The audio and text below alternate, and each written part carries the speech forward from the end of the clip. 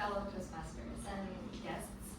Do you like conflicts, arguments, quarreling? No. Sometimes. I hate having conflicts. So for most of my life, I avoided having conflict. Whenever I had to face conflict, I used one of two approaches. One, bottle it up. Two, bottle it up until I cannot take it anymore and walk away from the relationship. But ever since getting married in 2017, I could not avoid conflict anymore because I couldn't walk away. We were living in the same house. So over the years, I've had countless conflicts with my husband, and I realized that having a conflict is not a bad thing necessarily. It's an opportunity to learn something about your husband and also yourself.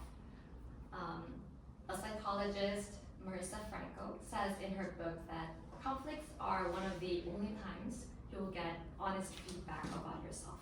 Without conflict, you will obliviously cause harm to other people.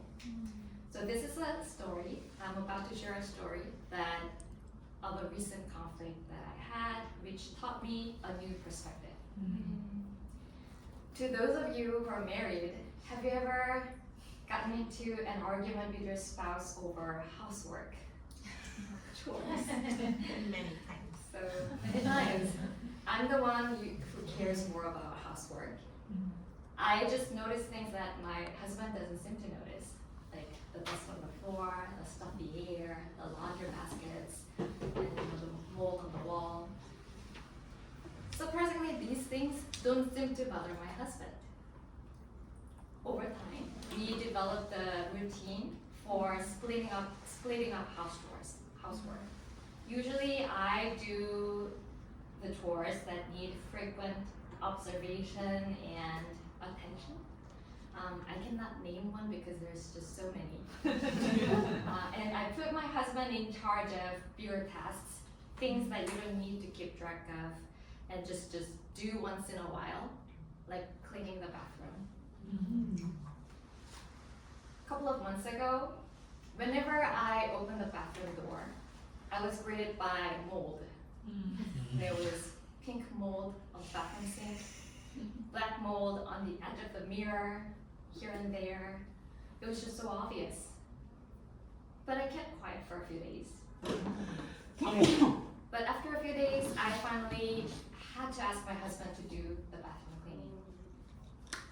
So he went into the bathroom armed with his gears. He had so many gears, he didn't have any gears. So he was geared up and he went into the bathroom like a soldier going into a battle. And after 2 hours, he came back out and he had sweat all over his face. So I was like, oh, thank you, honey. And I went into the bathroom expecting to be greeted by a shining bathroom. I opened the door and I went in and washed my hands. When I lifted my head, there they were again, the mold, exactly the same as they were before cleaning. So I called my husband in and pointed it out, and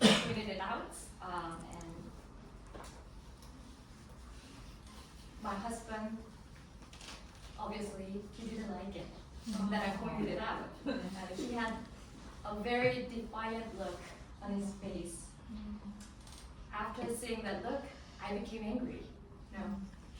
Why did he get to be defiant? I was sharing a constructive feedback. So we sit down on the table to talk. He said, you know, I've been in charge of bathroom cleaning for a while now, and I take pride in my work. Oh.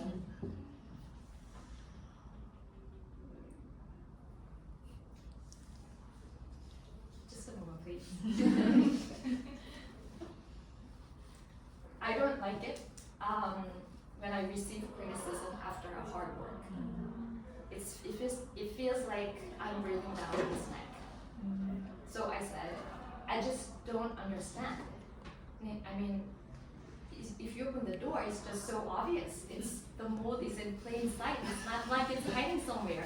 So how can they stay exactly the same after 2 hours of cleaning? Oh. And he said, you know, I put a lot of work. I put a lot of work into scrubbing the bathroom floors and the bathtub. My priority is cleaning the unnoticeable parts and hard to reach spots in the bathroom that are probably the dirtiest. So honestly, he said, I didn't see the mold, and I don't think it's a big deal because I think the bathroom is cleaner as it's ever been. So I said to him, honey, if you were on a blind date and your date showed up with gunk in his eyes and like boogers in his nose and like food in her teeth and with the hair unwashed for several days, like would you see her and think that's okay, even though she's messy on the outside, she's gonna be clean where it matters? Or are you gonna think, oh gosh, I'm definitely not going to bed with her tonight? Oh. So he paused and he had a look of realization on his face as he said, oh, after that day, I could trust my husband to clean the bathroom, especially the visible areas, visible spots.